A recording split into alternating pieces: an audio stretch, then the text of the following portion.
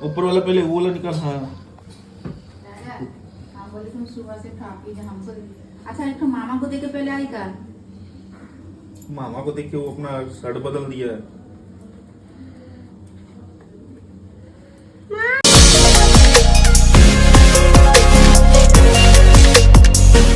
So friends, आज ready हो चुके हैं अभी, तो चलिए एक्सप्लोर करते हैं आज वाराणसी। सो फ्रेंड्स, सबका आउटफिट देखिए, मम्मी भी रेडी हो गई है, डुगू भी रेडी हो गया है। क्या कर रहे हो विकास? विंडो बंद कर रहा है। क्यों? क्यों ऐसे ही खुला थोड़ी छोड़ दिया है। अरे खुला छोड़ दो ना, क्या है, हवा आएगा, मच्छर आएगा और क्या आएगा। ओ बाबा, क्या रेडी हुआ है, ओहो क्या स्मार्ट लग रहे हो भाई, मेरे डुगू से कम। इसका मामा को कोई मत छुओ, मामा को कोई।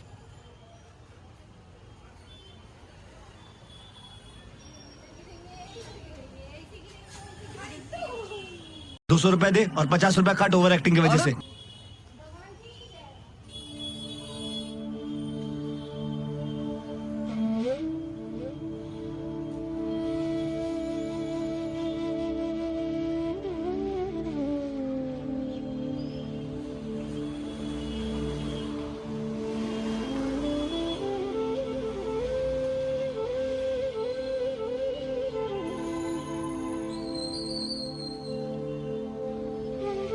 अब हम लोग निकल चुके हैं बाबा काल भैरव के दर्शन करने के लिए। सुबह की हल्की ठंडी हवा चेहरे को छूते हुए एक अलग ही शांति का एहसास करा रही थी। सड़क पर अभी भी भीड़ कम थी, लेकिन शहर के जगने की आहट साफ सुनाई दे रही थी। दूर किसी चाय वाले की केतली की सीटी, किसी दुकान की उठती हुई शटर की चरमराहट और किसी किसी गली से आती मंदिर की घंटियों की आवाज, सब मिलकर एक ऐसा माहौल बना रहे थे जैसे पूरा शहर भैरव बाबा की राह दिखाने में लगा हो। जैसे जैसे हम आगे बढ़ रहे थे, सड़कें थोड़ी व्यस्त होती जा रही थीं। दाएं बाएं छोटी छोटी दुकानें खुलने लगी थीं। कहीं फूलों की दुकान से गेंदा और गुलाब की खुशबू उठ रही थी, तो कहीं प्रसाद की दुकानों पर ताजे पत्तलों और दिए सूती बत्तियों की महक हवा में घुल रही थी। दुकानदार मुस्कुराते हुए जय भैरव का उच्चारण कर रहे थे, जिससे पूरा वातावरण भक्तिमय हो उठा था। सड़क पर जाते हुए कई श्रद्धालु भी दिख रहे थे। किसी के हाथ में नारियल था, किसी के पास कलावा और हल्दी चढ़ाने का सामान, और कुछ लोग छोटे बच्चों को गोद में लिए धीरे धीरे कदम बढ़ा रहे थे। उनकी आंखों में श्रद्धा और चेहरे पर हल्की सी थकान, लेकिन दिल में केवल एक ही उत्साह, आज बाबा का दर्शन होना है। रास्ते में एक जगह हल्का सा बाजार आ गया। यहाँ चहल पहल कुछ ज्यादा ही थी। रंग बिरंगी दुकानें कतारों में सजी थीं। कहीं कड़े चूड़ियां, कहीं लकड़ी की छोटी मूर्तियां, कहीं भैरव बाबा की चांदी की झांझर और त्रिशूल।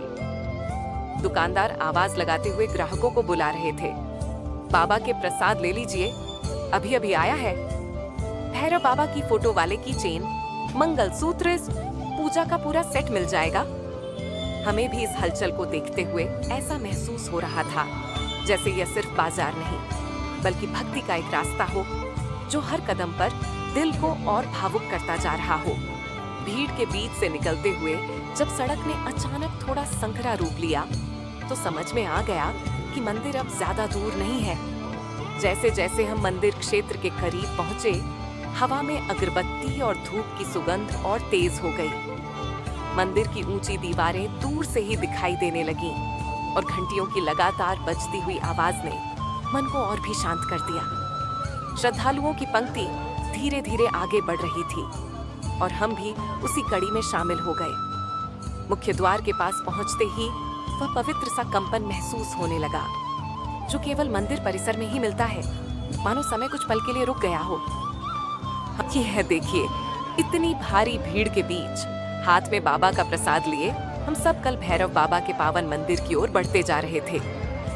हवा में खुली घंटियों की ध्वनि, चारों ओर जय भैरव बाबा की गूंज और श्रद्धालुओं की आस्था से भरी मुस्कानें, मानो पूरा वातावरण भक्ति से सराबोर था।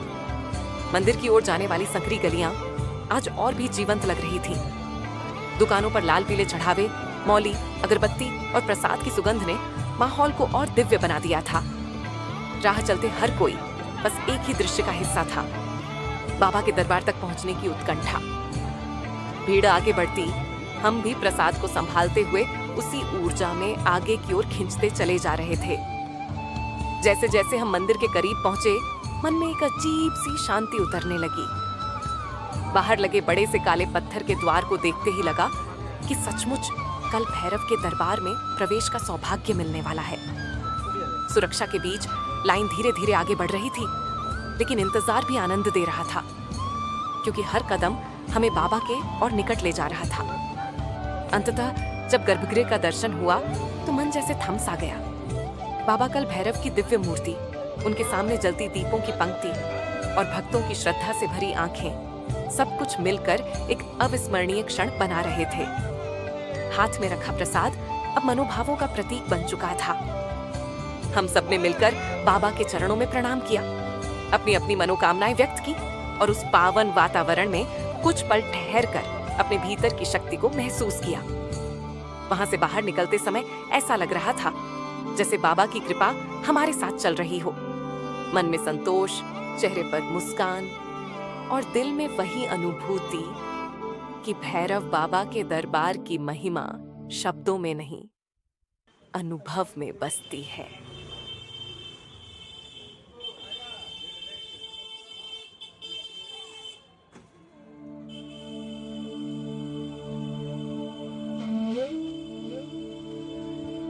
तो चलिए अब दूसरे मंदिर की ओर बढ़ते हैं। ये देखिए, जैसे ही हम इन पुरानी, संकरी और रहस्यमयी गलियों में आगे बढ़ते हैं, काशी का असली रूप हमारे सामने खुलने लगता है। सदियों पुराने मकानों की दीवारें, छोटी छोटी दुकानों की चमक, फूलों और अगरबत्ती की महक और यात्रियों की धीमी आवाजें, सब मिलकर ऐसा वातावरण बनाती हैं कि मन अपने आप आध्यात्मिकता की ओर खींचने लगता है। इन गलियों में चलते हुए लगता है मानो हम इतिहास के किसी पुराने पन्ने पर चल रहे हों। इन्हीं गलियों को पार करते हुए हम पहुंचे धन्वंतरी कूपान के पवित्र स्थल पर। ये कूप कितना पुराना है, इसका सही अनुमान लगाना मुश्किल है, लेकिन काशी के प्राचीन ग्रंथों में इसका उल्लेख मिलता है। माना जाता है कि ये कूप केवल एक साधारण जलस्रोत नहीं था, बल्कि औषधीय, दिव्य और रोगनाशक गुणों पर से युक्त माना जाता था। इसी वजह से कहा जाता है कि इसके आसपास धन्वंतरी कूप के 8 घाट थे, जहां लोग स्वास्थ्य और शुद्ध से संबंधित अनुष्ठान किया करते थे।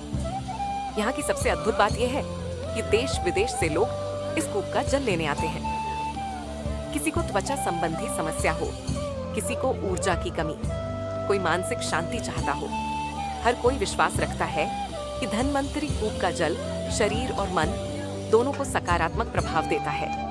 यात्रियों की मान्यता है कि यहाँ का जल पीने से रोगों से राहत मिलती है और दीर्घायु का आशीर्वाद मिलता है। कई लोग यहाँ आकर सिर्फ छकते ही नहीं, बल्कि बोतलों में भरकर अपने घर भी ले जाते हैं। और हाँ, आपने बिल्कुल सही समझा, मैं भी अपने घर के लिए ढेर सारा जल लेकर आई हूँ, ताकि इस पवित्र स्थान का आशीर्वाद घर तक पहुँच सके। कूप के ठीक पास स्थित है धन्वंतरी देव का मंदिर, जहाँ भगवान धन्वंतरी की दिव्य प्रतिमा आकर्षित करती है। उनके हाथ में औषधि कलश देखकर ऐसा लगता है जैसे वे हर भक्त को स्वास्थ्य, ऊर्जा और जीवन का वरदान देते हों। मंदिर का वातावरण बहुत शांत है, न ज्यादा शोर, न ज्यादा भीड़, बस धूप की सुगंध और घंटियों की मधुर ध्वनि। यहाँ बैठकर कुछ क्षण ध्यान में डूब जाए तो मन पूरी तरह हल्का हो जाता है। और इसी परिसर में थोड़ा आगे बढ़ते ही दिखता है बाबा भोलेनाथ का छोटा लेकिन अत्यंत शक्तिशाली मंदिर। शिवलिंग के दर्शन करते ही ऐसा लगा मानो संपूर्ण यात्रा पूर्ण हो गई हो।